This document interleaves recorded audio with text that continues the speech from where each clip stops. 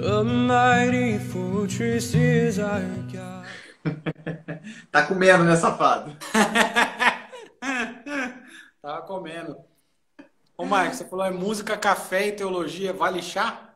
Vale. Ó, o pessoal pergunta sempre, ó, isso aqui é café? Não, é água. Ó, aqui Agora, é chá. essa aqui é café. Opa, a minha de café já esvaziou. Mas é só encher, né? O perigo de trazer o Rafa aqui é que a gente nunca conversa sobre o que tem que conversar. A gente sempre fala sobre outras coisas. Começa a conversar sobre Fórmula 1, futebol. Pessoal, se vocês querem saber qualquer coisa sobre Fórmula 1, esse é o cara. Escreva para ele. Ele vai saber qual é a cor da fumaça que está saindo do motor do Hamilton, se a fumaça foi feita de carbono, não sei o que. Ele sabe tudo, todos os elementos, todos os componentes da Fórmula 1, ele sabe, ele é perfeito nisso. Escrevam para ele sabe. É. Futebol ele não sabe muito não, porque, pô, São Paulino, né? Bom, não vou entrar nessa discussão não, porque a gente, São Paulino, só foi 3 vezes lá para disputar o Mundial. Ah, Não é. perdemos, né? Não perdemos nenhuma, né? Então. Opa, vocês estão bem, né? Cara, que maravilha receber você, hein? Cadê a Carol? Carol tá arrumando a casa. Ah! Carol tá aqui perto. Daqui a pouco ela aparece para dar um oizinho. Tá vindo aqui, ó, para dar um oizinho. Daiane que tá aqui, tá mandando um oi pra você. Ê, que lindona, hein? Tava dormindo não, né? Você viu? Tá toda produzida aqui, ó. Com um Sharp aqui. Saudades, viu? Também, saudade, Deus abençoe. Amém. Vamos acabar essa quarentena logo, essa pandemia logo. De quarentena já passou um bom tempão, né? Acabar com essa pandemia logo pra gente se ver logo, porque a gente tá ansioso pra estar de volta com vocês aí. Com Beleza. certeza. Bom, como eu falei, chamar o Rafa é um perigo, porque a gente começa a conversar sobre um monte de coisa e a gente nunca entra no assunto. Mas, cara, que prazer receber você, que prazer, honra poder falar contigo, um amigo mesmo. Vou falar, não é amigo ou irmão, né? Um cara que eu sempre falo para ele, quando eu converso um pouco com ele, quando eu estou com ele, eu vejo Cristo, eu quero me parecer mais com ele para que eu possa me parecer mais com Cristo. Então, cara, você é um exemplo para mim, para minha família. Agradeço a Deus pela sua vida. Como assim, mano? Eu penso a mesma coisa, não tem como. Ai, ai. É engraçado. Não, mas obrigado pelo convite. Obrigado pela oportunidade aí da gente poder compartilhar as ideias, né? Pega leve aí nas perguntas, que só tem pergunta difícil, né, com o Maicon. Nada, pergunta fácil. Para você é tudo fácil. Cara, bom, já te agradeci. Você acabou de sair de uma live maravilhosa contando um pouco da sua experiência, da sua trajetória na música, que para mim, cara, é como Deus age na sua vida. Você contando suas histórias ali naquela live, eu vi realmente o agir de Deus na sua vida, assim, em cada pessoa que ele colocou no seu trajeto, em cada pontuação que às vezes parecia que não ia acontecer e acontecia, né? E muito mais que isso, não é pelo fato de acontecer, mas pela confiança em Deus que você depositava. Isso para mim foi assim, ficou muito evidente, cara. Deus te abençoe mesmo. Então ficou muito claro. Então eu queria que você contasse um pouquinho da sua história no sentido, como é que você começou a estudar música e como foi a sua conversão? Qual foi o dia que você se deparou? Agora eu sou um servo de Deus, eu confesso Cristo como Salvador. Tá, beleza. Bom, como eu tinha dito lá na outra live, o pessoal não viu, né? Mas eu vou contar um pouquinho. Meu primeiro contato com a música não foi na igreja. Meu primeiro contato com a música foi na fanfarra da escola que eu estudava. Quando eu entrei lá na fanfarra, o meu desejo era entrar porque eu sabia que a fanfarra viajava, né? Ia para os lugares. E eu, que vim de uma família bem pobre, não tinha condições de viajar, mas a fanfarra viajava e viajava com os amigos ainda da escola. Tem situação melhor para você viajar? Era só festa, né? Então, eu entrei porque eu só queria festa. Só que aí o que aconteceu? Eu comecei a tocar lá na fanfarra e fui pegando gosto, passando os anos, né? E uma coisa que eu não falei lá na live com o Aldo, que eu até me esqueci, na fanfarra eu tinha alguns amigos crentes. Engraçado até que eu tinha um amigo na fanfarra, que até hoje eu não consigo lembrar o nome dele, mas o apelido dele era Crente. Todo mundo chamava ele de crente. Ô, crente! E eu chamava ele de crente também. Mas eu não lembro o nome dele até hoje, cara. E o cara era crente. E eu tinha alguns amigos crentes lá da Igreja Batista, né? Tinha o Tiago, o Hugo, o Rodolfo. E eles sempre me chamavam para ir na igreja. Ô, vamos lá na igreja um dia, né? E eu, putz, não queria saber de igreja, né, meu? Eu queria saber de tocar, de zoar, bagunçar, né? Só que aí quando eu tinha... Deixa eu ver, eu tinha 17 anos, 17 para 18 anos, eu fui fazer uma viagem. Eu acho que foi 17 para 18 ou 16 para 17, não me lembro direito, mas eu fui fazer uma viagem, 17 para 18, isso mesmo. Fui fazer uma viagem para Porto Seguro, era o final era a formatura do Ronan, que era o meu amigo, né? Só que ele estava um ano à frente do meu, né? Eu estava no segundo ano, ele no terceiro. E a gente foi fazer uma viagem lá para Porto Seguro. E eu fui para lá para essa viagem, e a gente, moleque, assim, né, tinha esse desejo de querer sair com todas as menininhas do universo, né? Que eu acho que é o que acontece com a maioria dos adolescentes, né? Ó, até caiu o celular. Começou a falar de menininha aí, meu irmão. O negócio aqui até... Então, mas eu não era bom nessa área não, viu? Tentei, mas não deu muito certo. Quer dizer, deu certo depois, né? Do jeito que tinha que ser. Mas eu lembro que eu fui para essa viagem, cara, e assim, era tudo de mais legal que você possa imaginar, assim, sabe? Tinha parques aquáticos, tinha passeios maravilhosos, tinha um monte de coisa legal para fazer. E eu fiz tudo aquilo, cara. Mas eu lembro que nessa época, quando a gente foi para lá, eu lembro que tinha acontecido um acidente da TAM com aquele Fokker 100 que caiu, um monte de gente morreu, né? Foi um dos vários acidentes que aconteceu com o Fokker 100. E a gente foi viajar num Fokker 100. E eu lembro que o pessoal começou a falar, pô, e se o avião cair? E se o avião cair? Eu comecei a pensar nisso aí, meu, se o avião cair, se eu morrer, o que vai acontecer, né? Putz, pô, e se eu morrer, né? Acho que eu tô em débito com Deus, né? Eu não era crente, mas eu pensava nisso, né? Minha mãe já era convertida, né? E eu sempre pensava nisso aí. E aí fui para essa viagem e teve vários momentos que eu vi assim que tinha tudo, assim que eu tava me sentindo super feliz lá, mas todo momento que eu ficava sozinho, eu pensava, meu, não sei, tem alguma coisa errada, falta alguma coisa. Tô sentindo um vazio, não tá legal isso aqui.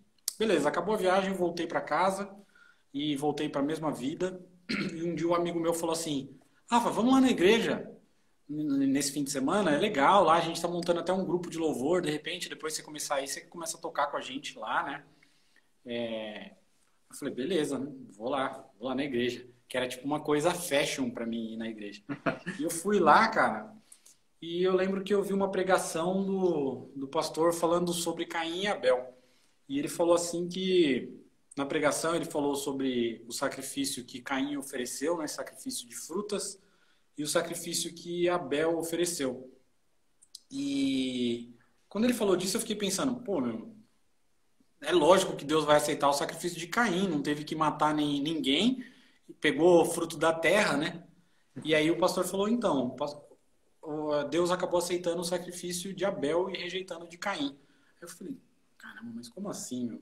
O pastor começou a explicar para mim para a igreja, né, sobre essa história. Parecia que estava só eu e o pastor lá, né?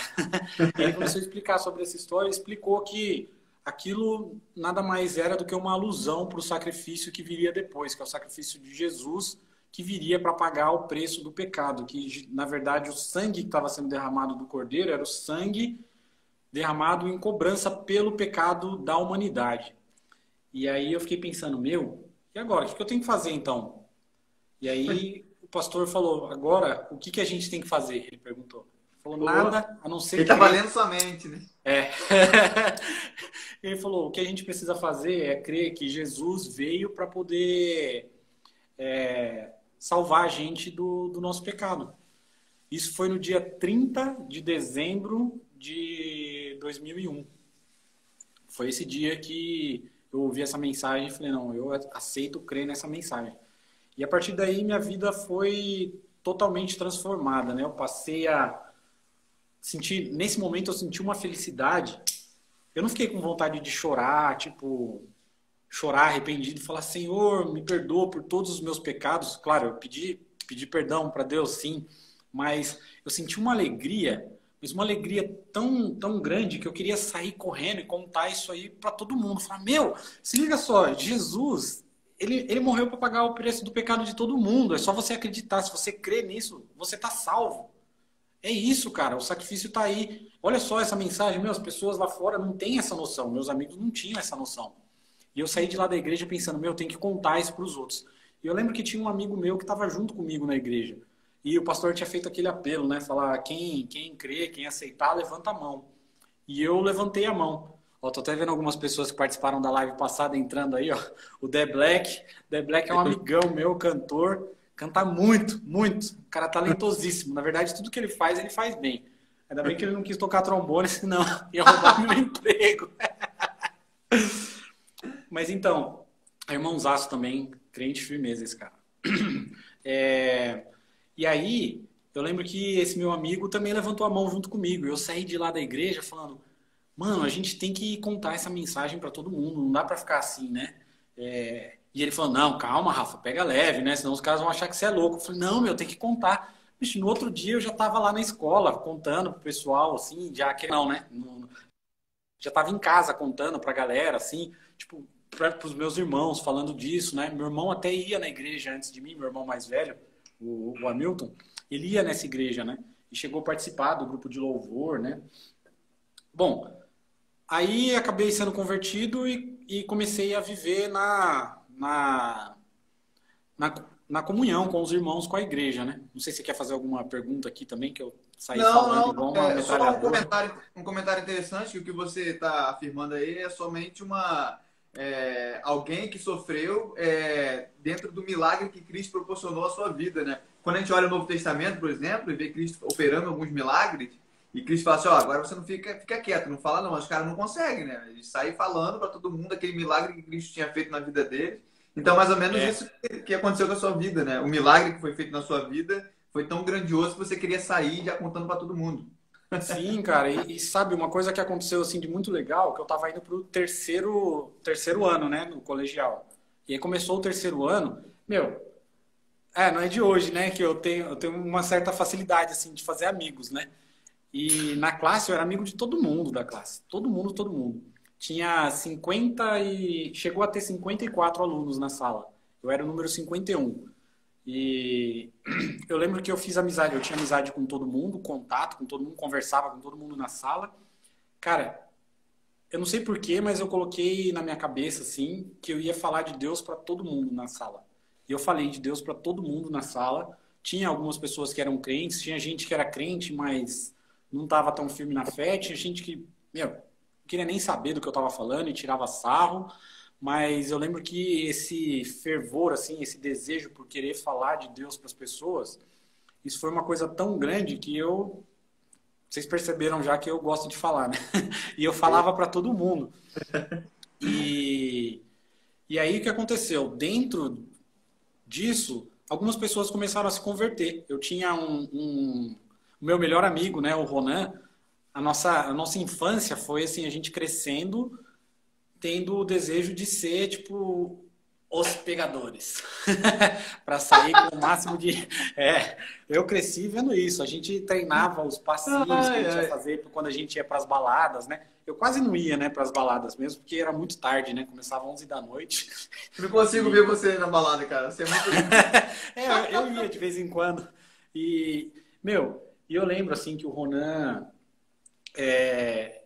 nessa época ele não foi convertido, né? E eu queria falar de Deus pra ele. Eu vivia falando de Deus pra ele e ele falava, não, meu, desculpa, na boa, cara, você tá ficando chato com esse negócio aí.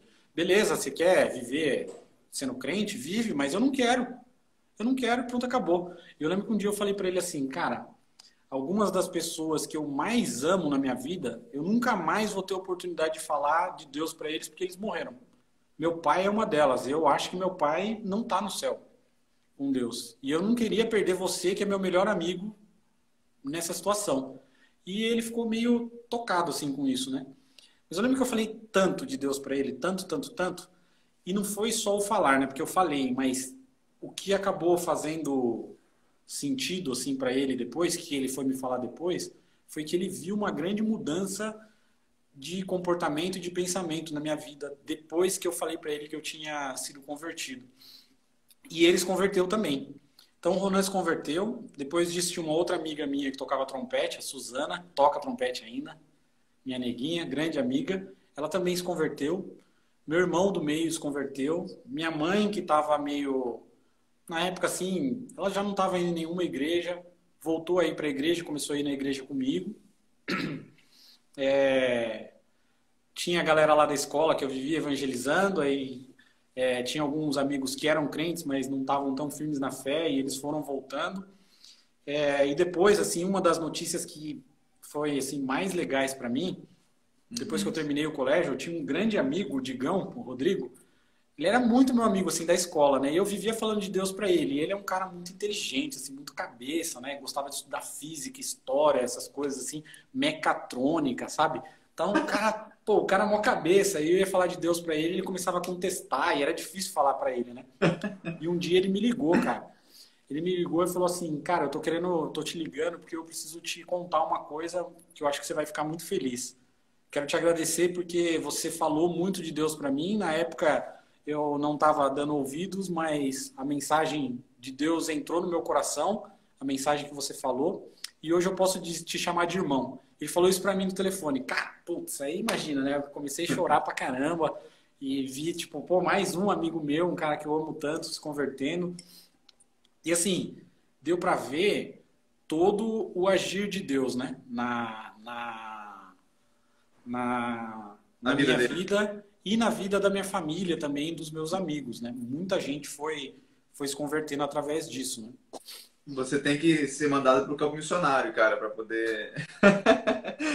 tanto de alma que você ganha, tanto de gente que você ganha para Jesus, Deus seja louvado. E ainda, então, ainda nesse ponto aí, tem uma pessoa específica que você também assim, foi agente, né, de Cristo, para a salvação dessa pessoa, que é a Carol, né, sua esposa, hoje. Sim. Queria que você contasse essa história um pouquinho, assim, de maneira breve pra gente. Tá, bom, então, a Carol é o seguinte, né, eu tinha sido convertido, né, e nessa época eu estava estudando também já na escola de música, lá na Fundação das Artes, em São Caetano do Sul.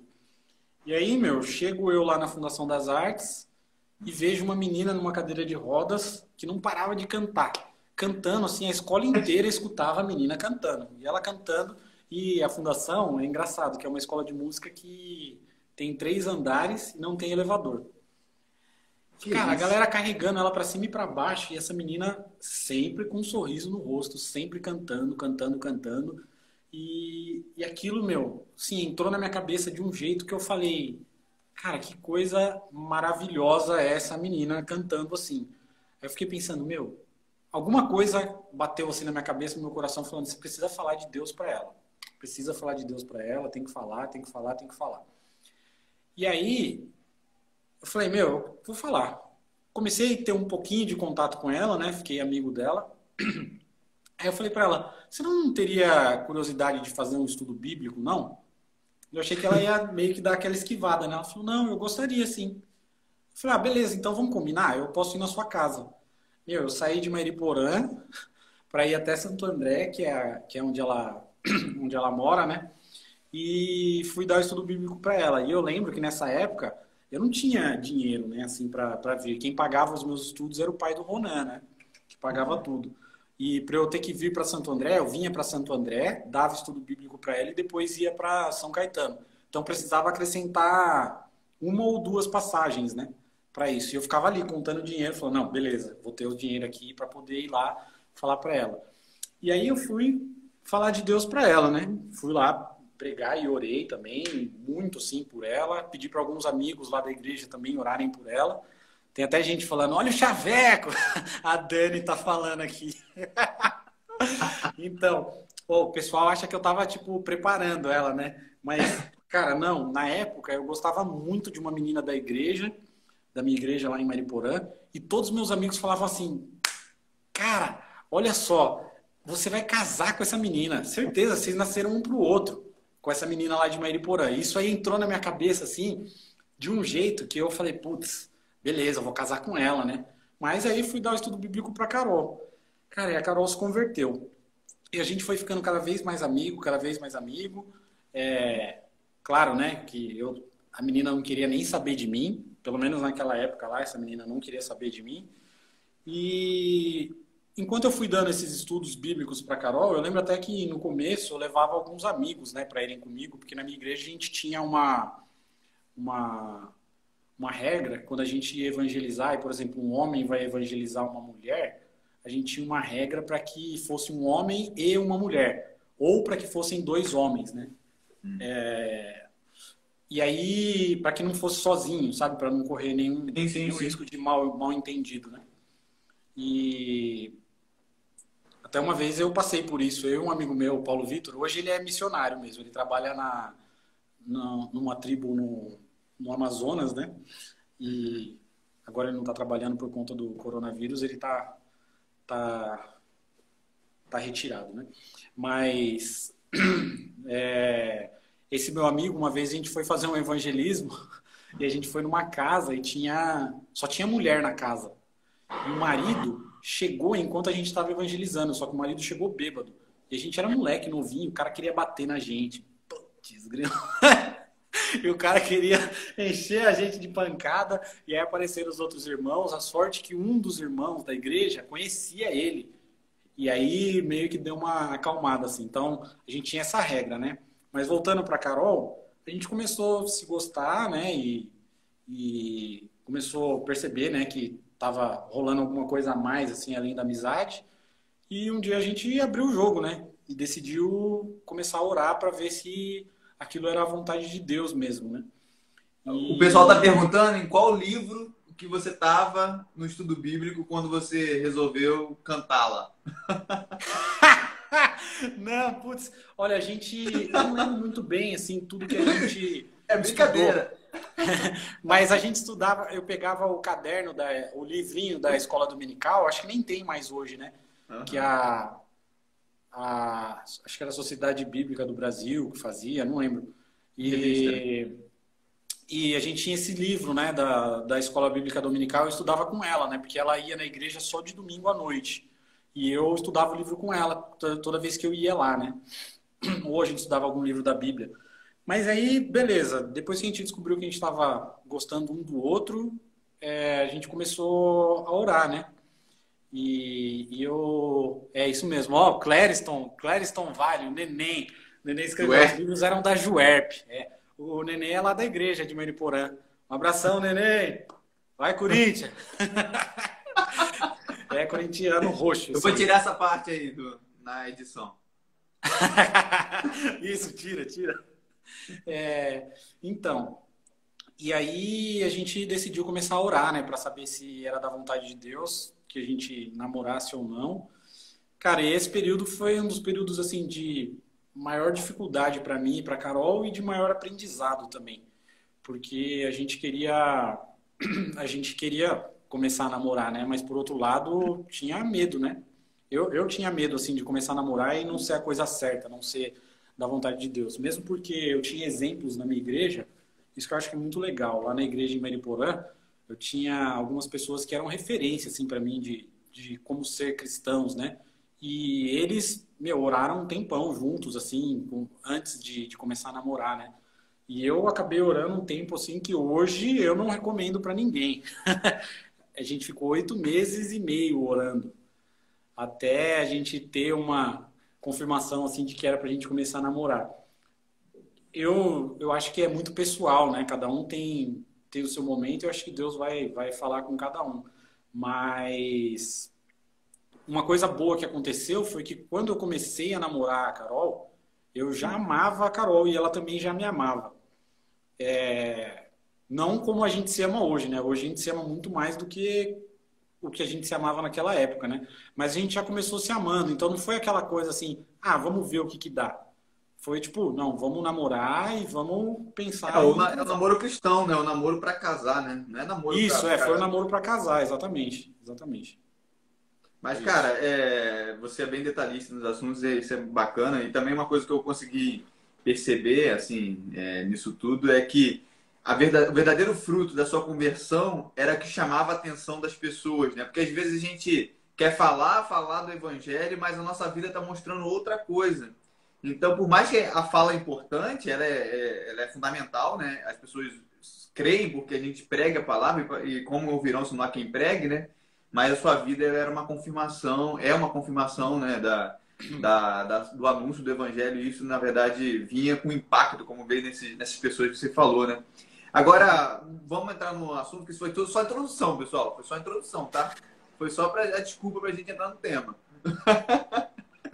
Então, assim, eu conheci você na igreja do Recreio, na PIB do Recreio. Eu tive o prazer de congregar junto com você, um período pouco de tempo, mais curto de tempo, mas a gente congregou junto. E durante essa passagem lá, em outros lugares, enfim, você é um cara que morou um tempo no Rio de Janeiro, morou um tempo na Holanda, mora em São Paulo. Em São Paulo você morou em diversos lugares, eu acho, né? Também morou em Pirapurã, né? Como é que é? Mairiporã. Cara, você não pode errar o nome da minha cidade. Mairiporã. Pode errar meu nome, mas o nome da minha cidade não. A cidade aí, pô, é muito top, né, velho? Aí... Tá, aí você mora agora em Santo André, enfim. Você já congregou em diversos locais. Qual era, assim, dentro da parte musical das igrejas que você percebeu, o que você acha que poderia melhorar, mudar? Você percebeu, assim, que poderia mudar, poderia melhorar, a ponto de você falar assim, não, eu acho que dá para melhorar nisso, em comum. Porque a gente isso eu estou falando independente de renda, às vezes você fala assim, não, precisa de grana para poder investir nisso. Mas a gente sabe que muitas vezes a gente está em igreja que tem uma condição financeira bacana, né? Que muitas vezes não tem uma condição igual na parte da música. Então, nem sempre é grana. Então, o que dá para melhorar, independente dessa ideia? Ô, Michael, uma coisa assim, acho que uma palavra que define não só a música na igreja, mas o cristianismo em si, eu acho que é a palavra excelência, né? Excelência. Eu acho que tudo que a gente vai fazer para Deus, a gente tem que dar o nosso melhor, porque Deus não exige nada menos do que isso, né? E, assim, eu já passei por algumas igrejas que tinham uma parte, falando especificamente da parte da música, tá? Que era uma parte que nunca me chamou muita atenção, eu sempre tive muito mais interesse pela parte de evangelismo, de comunhão com os irmãos, de discipulado, né? Eu sempre gostei mais dessa área do que da área da música. Eu tocava porque eu era músico, né? Então eu toco ainda na igreja porque eu sou músico, né? Mas as áreas assim dentro da igreja que me saltavam mais os olhos antes eram outras áreas. Mas o que eu pude perceber em vários lugares é que primeiro existe aquela cultura assim não, é para Deus, Deus não está olhando o valor artístico daquilo que você está fazendo, ele está olhando o seu coração, né? Sim, mas se ele está olhando o seu coração, como que você vai se deixar, se permitir fazer uma coisa mal feita para Deus e falar simplesmente que Deus vai olhar o seu coração e falar, recebe, Senhor? Né? Você teria que ter cuidado, né? Por falar assim, não, Deus está olhando meu coração, eu teria medo de falar um negócio desse. Eu também. Até tentaria falar, Senhor, ó, dá uma olhada aí em tudo que eu estudei aí. Porque o coração é difícil, né? Não, então, e assim, eu vi em muitas igrejas esse problema, né, de levar muito para o lado amador a parte da música e às vezes acabar investindo em outras áreas, às vezes até a área de evangelismo, ou área de comunicação, ou manutenção do templo, né? Essas coisas, e acabar não investindo tanto na igreja. Mas isso eu não estou falando de igrejas ricas, não. Estou falando de igrejas pobres mesmo. E eu também vi igrejas ricas que tinham todo o material ali, acessível. Preciso comprar caixa de som. Beleza, tenho dinheiro aí. Preciso comprar mesa de som. Beleza, pego o dinheiro aí. E ainda assim o trabalho musical não era bem feito. E eu acho que o trabalho musical não é bem feito por conta de uma falta de profissionais que pensem em trabalhar com excelência dentro da igreja, entendeu? Exatamente. Eu vejo poucos exemplos assim. Um exemplo que eu quero citar o nome que eu acho que é fenomenal, uma pessoa fenomenal e um excelente ministro de música é o Paulo Queiroz, que ele era o ministro da Igreja Equipe Batista do do... Meier, É. da Igreja Batista do Meier, e hoje ele é ministro da Igreja Batista da Penha, aqui em São Paulo. Ele é um Eu nem cara sabia que ele assim, ia para São Paulo. tem 2 anos, vai fazer 3 anos que ele tá aqui em São Paulo. E eu ainda não encontrei com ele. Putz, é duro, né? Mas é um cara, assim, fenomenal, que fez um trabalho, que pegou a igreja lá do Meier, que eu ouvia dizer que a igreja não cantava antes. E, pô, você imagina se chegar num culto, colocar um hino lá do cantor cristão ou da harpa cristã, e você escutar uma igreja cantando com as vozes divididas. Uma igreja com, sei lá, 700, 800 membros. Era uma coisa impressionante. A igreja acho que tinha 7 corais. Era um trabalho, assim, muito bem feito mesmo. E eu não sei se tinha tanto dinheiro assim quanto outras grandes igrejas que eu já vi. A PIB do... Eles fazem janelas do Natal, que passa todo ano na TV, né? Até hoje ainda tem janelas do Natal, mesmo o Paulo não estando lá, né? Um legado que eu acho que ele deixou lá. Então o trabalho é muito bem feito porque colocaram um excelente profissional, em primeiro lugar, uma pessoa cristã dedicada, né? Dedicada mesmo, porque a gente vê muitas vezes as pessoas trabalhando na igreja, na área da música, como uma profissão, né? Exatamente. E isso eu acho que é uma coisa um pouco perigosa, né? Porque eu acho que o músico, o trabalhador é digno, sim, do salário, né? Mas eu acho que aí também é uma responsabilidade das igrejas de tentar colocar pessoas, não só pessoas que sejam boas tecnicamente, mas pessoas que tenham um compromisso com Deus, né? Que estejam ali dedicadas à obra de Deus. E aí, se ele vai ganhar um dinheiro para fazer aquilo, beleza, porque o pastor também ganha um dinheiro para poder ser o pastor, o líder espiritual da igreja. Por que não o mestre de capela, né? Como existia antigamente?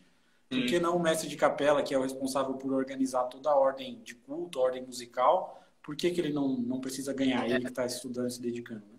A questão principal que você está falando é que o fim principal nunca pode ser o dinheiro, né? Assim como o pastor não pode ser exercido como uma profissão somente, né? E eu vou exercer porque eu preciso de uma grana, e sim como um ministério, como uma vocação, né? Assim, o ministro de música, aquele que organiza a parte musical da igreja, se é assim que eu entendi, eu acho que você quis dizer isso, né?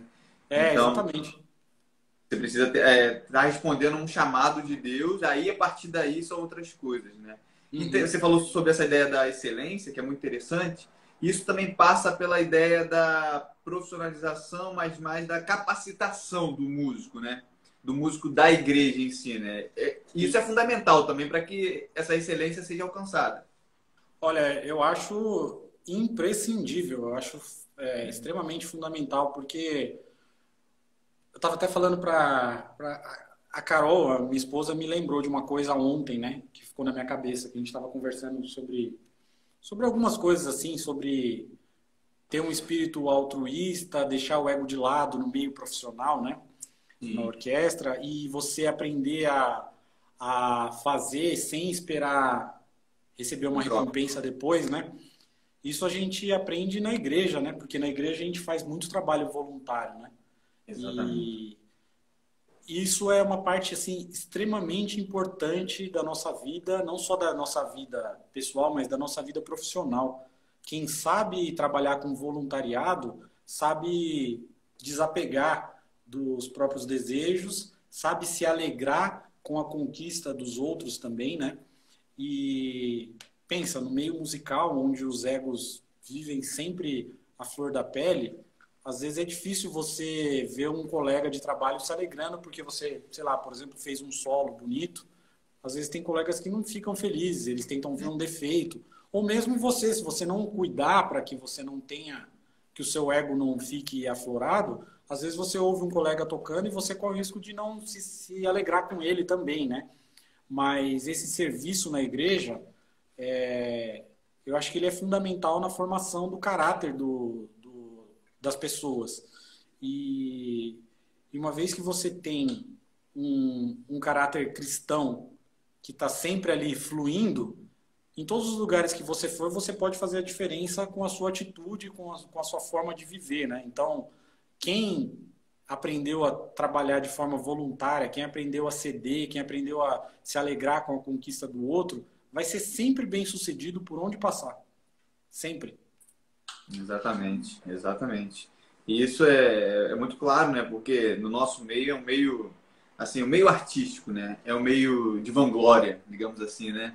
É o meio do Sim. palco. Então, o palco, ele acaba exigindo da gente uma certa, não sei se é prepotência, mas um foco. Esse é, a ideia, é o Uhum. nome. Um foco. Então, isso acaba tirando um pouco acaba dividindo um pouco toda essa questão da gente saber perceber, né, nas pessoas, e se alegrar com elas, e, enfim, ser comunidade, né? E a igreja dá Uhum. essa ideia de comunidade, do comum, aquilo que é meu, do meu irmão. Então, se o meu irmão chora, eu tenho que estar chorando com ele. Então, se ele se alegra, eu preciso estar me alegrando com ele. Então, a igreja, ela dá uma corrigida nessa humanidade caída que a gente apresenta, e a gente artista está muito mais suscetível a esse tipo de coisa, né? E você também está falando aí dessa ideia do músico, né? E assim, a gente tem muita gente que você convive com muita gente, muito músico que veio de meio cristão, né? Você pode falar do Thiaguinho Araújo, Fernando Lopes, né? Também, Uhum. O Dedé, o enfim, primeiro trompete, né? é uma galera aí que assim começou na igreja, sempre tocou na igreja, enfim. Você Uhum. acha que esse exercício, essa atividade, está sempre desempenhando uma atividade artística dentro da igreja, dentro do culto, pode colaborar no nosso meio profissional, artisticamente? Atribui? Agrega? Sem dúvida, agrega, sem dúvida. Olha, eu vou te falar algumas vantagens que os músicos que aprenderam música na igreja têm que quem estudou em um conservatório não tem. Uhum. Facilidade de tocar de ouvido. Na igreja a gente tem que tocar muito de ouvido. Bastante. Facilidade de tocar transpondo, porque às vezes vem um cantor que canta em dó maior, mas aí muda para uma cantora, ela vai fazer em sol, e às vezes em sol tá um pouquinho grave para ela e tem que fazer em lá bemol. E, e aí a gente aprende a se virar, né?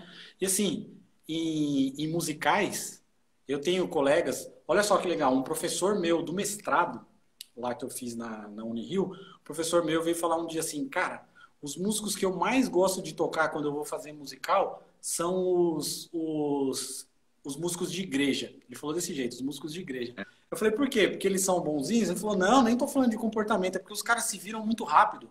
Se a gente está tocando alguma música e fala, cara, essa aqui de hoje a gente vai precisar tocar num outro tom, porque a solista vai fazer em outro tom. Os caras, beleza. Você vê a galera que estudou em conservatório, os caras, não, calma aí, como que você vai mudar assim? O que eu tenho que fazer aqui? Anota, né? O cara anota, faz O não sei cara o quê, vai pega a caneta, fazer. espera eu anotar.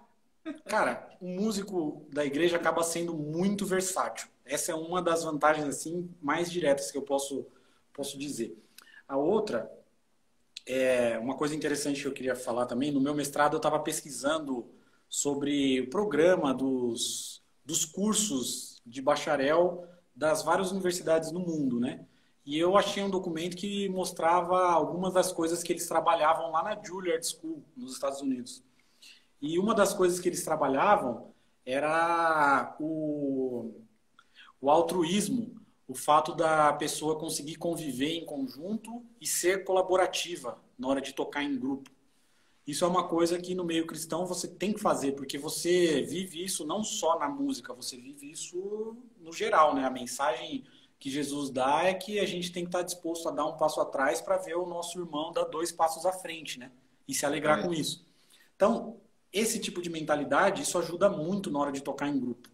Porque quando você vai tocar, principalmente falando da música de orquestra, né, que é a minha especialidade, quando você vai tocar junto, por mais que a sua parte seja, por exemplo, no meu caso, eu toco o primeiro trombone, por mais que eu seja a primeira voz, eu não estou sempre fazendo uma voz que é em evidência. Às vezes eu estou acompanhando o segundo fagote, estou tocando a mesma coisa que o segundo fagote. Então eu não posso querer aparecer mais do que o segundo fagote.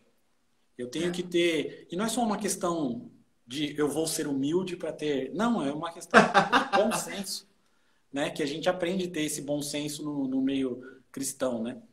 E então acho que assim tem várias vantagens que o músico da igreja pode trazer para o meio profissional. Essa questão da atitude, de você ter uma atitude colaborativa, de ser humilde, de saber respeitar as hierarquias também, né? Ser educado, isso também faz muita diferença. Pô, bacana.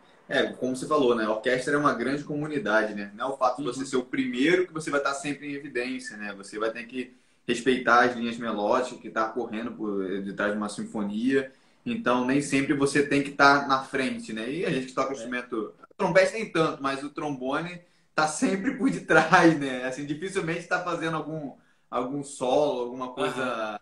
E todas as partes são importantes, né? O fato de você estar fazendo um contraponto, um acompanhamento, não significa que você não seja importante no todo da obra, né? E a igreja, ela dá esse sentido do todo, né? O sentido de que o Cristo é um corpo e e ele tem vários membros, mas não significa que o membro inferior, o membro que está lá nos seus pés, o seu dedo, tenha menos importância do que o seu braço, enfim, né? Cada um tem a função dentro do corpo. Isso você jogando dentro da orquestra ou dentro do corpo artístico que você está falando, isso aí acaba se assemelhando muito, né?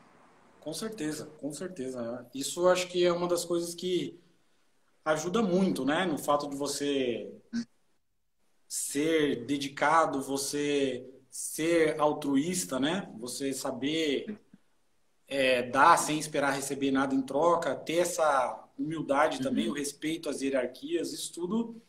Eu acredito que eu aprendi na igreja, aprendi na minha família, claro, e aprendi lá na fanfarra que eu tocava, né? Que tem um caráter meio militar, né? Mas falando militar, mas não estou querendo falar no sentido pejorativo que as pessoas usam hoje, né?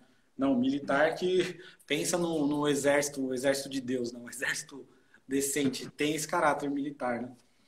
Ô, Rafa, uma coisa interessante também é que a igreja é muito conhecida. Você falou aí que o Paulo fez um trabalho bacana para que a igreja começasse a cantar em comunidade. O canto congregacional é um grande ponto das igrejas, assim, é uma grande característica, né? Eu, por exemplo, adoro ouvir música cantada. Muita gente que é músico, infelizmente, só gosta de ouvir música instrumental, né? Eu acho que você gosta de canto também, né? Porque, enfim, né? Carol... Casei com a cantora, né? Não é possível que você não goste de canto. A ideia é a seguinte... Eu gosto muito.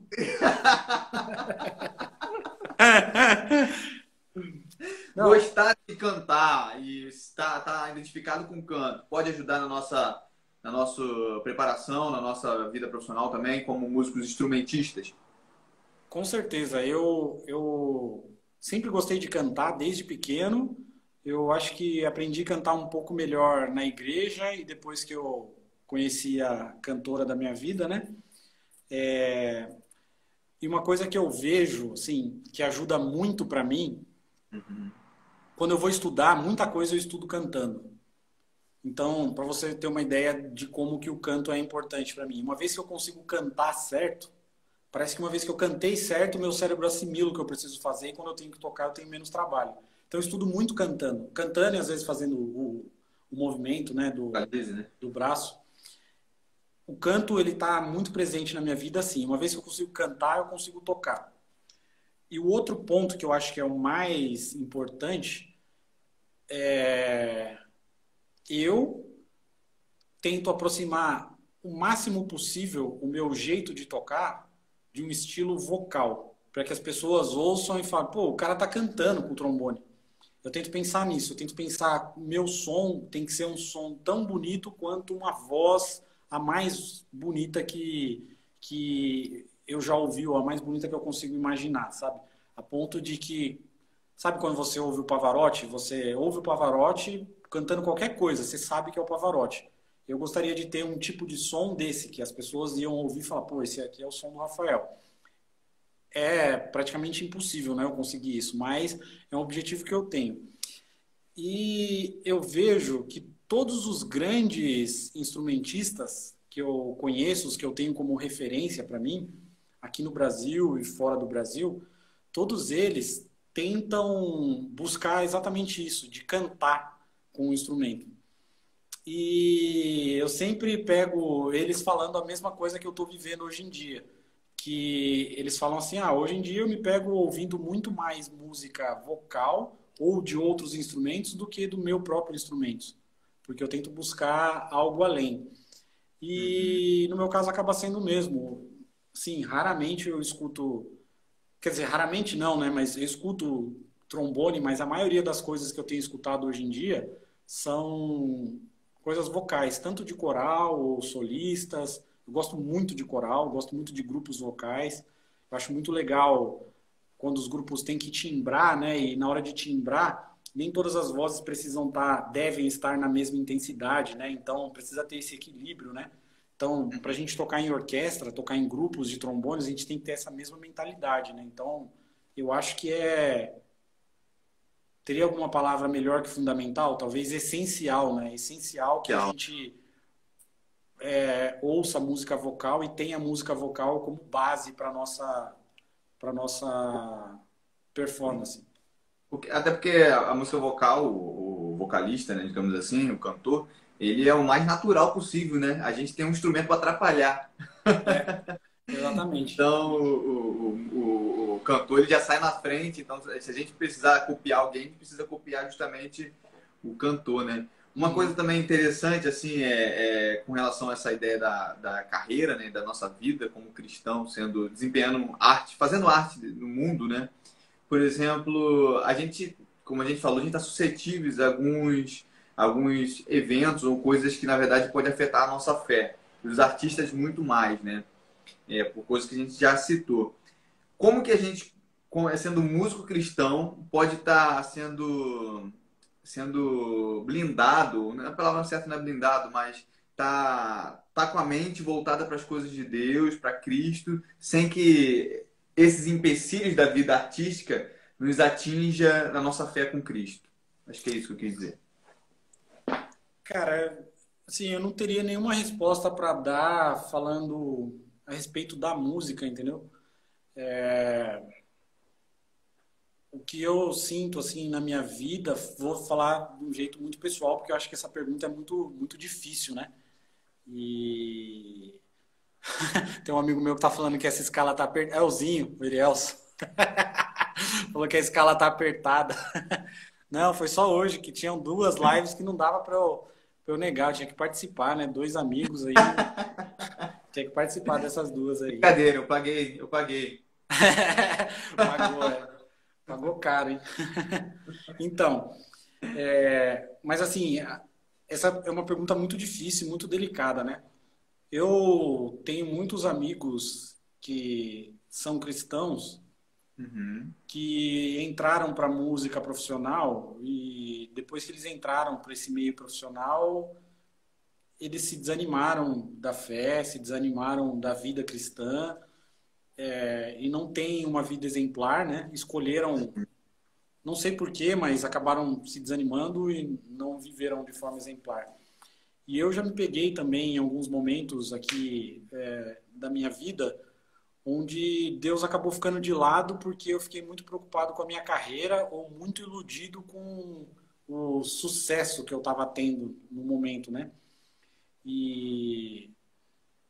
Mas isso foi um problema que surgiu não ali no meio, sabe? Não ali na orquestra, sei lá, no solo que eu fui fazer. Esse foi um problema que surgiu lá na minha casa, entendeu? Lá eu com Deus. Então, trazendo assim a resposta de uma forma bem intimista e bem pessoal, eu acho que você vai ser na rua, na orquestra, no trabalho, em qualquer lugar que você tiver, você vai ser o que você é na sua casa, né? O que você é no seu relacionamento com Deus. E, claro, eu tô falando isso aqui, parece que é super fácil, parece que eu sou o cara mais crente do mundo, né? E não, cara, não sou, e me pego aqui com várias dificuldades, me pego aqui com vários momentos de dúvida, de tristeza, de sentir que eu tô orando e que Deus tá longe, sabe? E de ver que eu cometo falhas que às vezes eu falo, putz, meu, não pode dar um vacilo desse, né? Vejo alguém dando um vacilo e falo, pô, não pode dar um vacilo desse.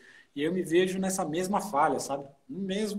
Na mesma falha ou até pior, sabe? Tendo pecados assim que eu tenho vergonha de pensar neles hoje, sabe? Muito mais de falar, né? Mas o que eu diria é que, assim, o meio, ele vai estar sempre lá, o meio, seja o meio musical, seja alguma outra profissão, né? Vai estar sempre lá do mesmo jeito, né? Oferecendo coisas que em muitos momentos são muito mais prazerosas do que o ser cristão, né? Mas Deus está o tempo todo também, né? Então, se em um momento a gente falhar, a gente tem que lembrar que Deus está ali também para perdoar. E por outro lado, mais do que a gente pensar em não falhar, eu acho que a gente tem que pensar em estar próximo de Deus, né? Uma vez que você está próximo de Deus, as coisas ruins da vida não se tornam tão atrativas porque você está curtindo muito aquele momento que você está com Deus, né? Então, eu acho que o pensamento deveria ser mais ou menos esse, né? Esse é o pensamento que eu tento ter para minha vida. Não tenho sucesso nele em todas as vezes, mas quando eu tenho, funciona tão bem que eu fico tão feliz que eu acho que é mais ou menos por aí que eu tenho que seguir. É uma vida devocional ativa, né? Às vezes a gente acha, Deus não está ouvindo, mas, cara, ora. Mas eu não consigo. Faz, cara. Depois a gente vê o que as coisas vão se desenrolar e como as coisas vão acontecer.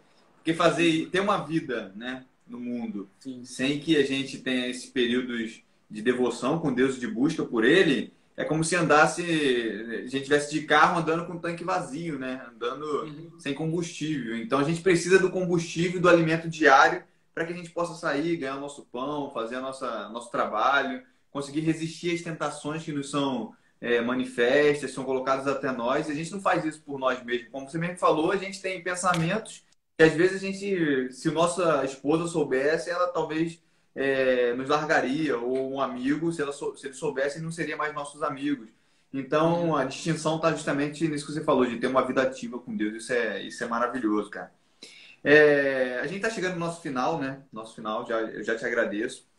Eu queria só que você encerrasse com duas questões, cara. Primeiro, a gente falou dessa ideia da profissionalização, né? Que a igreja até contribui para isso. Isso é verídico. Amanhã a gente vai ter aqui o Gessé Sadoc. Então, o Gessé, ele tá na mesma situação, assim, é um grande cara, um grande músico, um músico híbrido, né? Também, versátil. Acho que a igreja teve muito a contribuir nisso, né? A ideia é, cara, que compromisso que o músico deve ter, essa vez do Instagram, que compromisso o músico deve ter com a igreja que o ajudou a profissionalizar-se, sabe? Qual o compromisso que o músico deve ter? E eu queria, depois que terminasse essa aqui, se desse um conselho a esse músico, a esses músicos que, na verdade, ficam suscetíveis a isso, aí acabam largando a igreja, ou então deixando a igreja para o último caso, sabe? Eu tenho um gig lá que vai dar R$2,50, mas eu vou gastar R$50 de passagem, mais não sei o quê, mais Uber. Não, eu vou naquele gig lá porque lá é trabalho. Eu estou trabalhando. Sabe? A igreja sempre fica em último lugar, em último lugar. Queria que você desse um conselho para esses jovens, sabe? Tá. O que eu vou falar com relação à primeira pergunta aí, eu acho que já se enquadra também para a segunda, mas depois eu vou complementar também. Sim. Para o caso de um músico que foi ajudado e apoiado para a igreja, o que ele deve fazer depois é simplesmente contribuir com o serviço, né? Porque se você pensar qual que é a visão da igreja, né? A visão da igreja não é apenas preparar o servo cristão para ele ficar ali na igreja servindo, né? Não é isso. Ele está preparando para que ele vá servir no mundo. No mundo. Só que é para que ele vá servir no mundo. Servir. Não é só para simplesmente, beleza, a igreja me ensinou a tocar, eu nunca mais vou pisar na igreja e vou ganhar muito dinheiro com isso. Eu não sei se isso é um compromisso com Deus de serviço, eu acho que não. Então, acho que o pensamento deveria ser esse, de que você vai servir. Talvez você não vá servir na sua igreja que te apoiou, mas você vai servir no reino de Deus, aonde quer que você estiver, entendeu? Essa seria a primeira parte, né? Conselho pro jovem que está aprendendo e tal, e daqui a pouco ele vai se profissionalizar e normalmente a gente vê o cara deixando a igreja para o último canto, para escanteio. Para os jovens, eu já digo assim, né? Que se você está estudando música na igreja e está aprendendo a tocar na igreja, saiba que você já vai ter vantagem depois no futuro, no mercado de trabalho, por causa dessas coisas que eu falei, né? Dessa versatilidade que o músico tem, o músico da igreja tem, né? principalmente cantores, cantor, putz, aprende a abrir voz e aprende a fazer isso que às vezes cantor erudito, que só estudou música erudita, ou só fez o conservatório, não consegue, né? Então você já vai ter essa vantagem. O conselho que eu daria é o seguinte: tente sempre estar rodeado de pessoas melhores que você. Eu não estou falando só de pessoas melhores musicalmente, não. Meu professor, o Valdir Ferreira, ele me deu esse conselho quando eu estudava lá na fundação com ele, né? Mas esse conselho, eu acho que ele serve para tudo na vida. Coincidentemente, na minha vida cristã, eu sempre tive cercado de pessoas que, assim, eram muito exemplares mesmo, que tinham um caráter cristão, assim, que eu acho que eu nunca vou conseguir ter na vida. E isso me ajudou muito a poder aprender como que deve ser um comportamento cristão, não só no que diz respeito ao comportamento para a sociedade, mas o comportamento do cristão com Deus, né? O relacionamento do cristão com Deus. Eles me ensinaram muito. Estar rodeado de pessoas melhores também, musicalmente falando, ajuda muito, porque você vai estar sempre crescendo, né? E quando eu falo de você estar com pessoas melhores que você, aí eu estou sendo bem específico mesmo. Tenta se rodear de pessoas cristãs mesmo, que estejam dedicadas ao Evangelho. Porque, infelizmente, hoje em dia...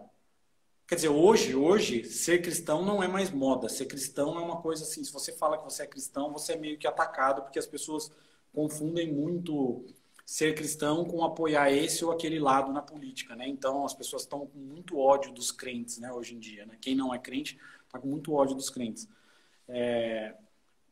E você vê muitos cristãos que se dizem cristãos, mas eles não têm um comportamento de cristão. E normalmente são as pessoas mais populares dos ambientes, né? Então, posso te dizer, na orquestra a gente tem pessoas muito populares assim que às vezes não são cristãs então, que se dizem cristãs, mas não têm um comportamento de acordo com o que está na Bíblia. Uhum. Eu não estou falando que você não tem que se relacionar com elas de jeito nenhum. Você pode se relacionar com elas sim, mas tenta se relacionar com pessoas que são dedicadas à obra de Deus, porque mais do que a gente querer tocar é uma parte pequena, né, da nossa vida. A nossa vida é feita de várias outras coisas, né, uma soma do todo. Então, uma soma de várias partes. Então, tente se relacionar com essas pessoas boas, melhores que você, para que você esteja sempre crescendo. E o resto vai ser meio que consequência desses caminhos. Exatamente. Beleza? Meu irmão, Deus abençoe. A gente tem 44 segundos aqui agora. Caramba! Essa foi... Eu nunca vi live assim. Né? Na lata, Agradeço a todos vocês que estiveram presentes aqui, ouviram essas histórias, ouviram um pouco do Evangelho, ouviram as histórias do Rafa, da vida dele, da sua conversão. Foi uma alegria ter todo mundo aqui, o pessoal que segue o Rafa aí. Deus abençoe e continue acompanhando a gente.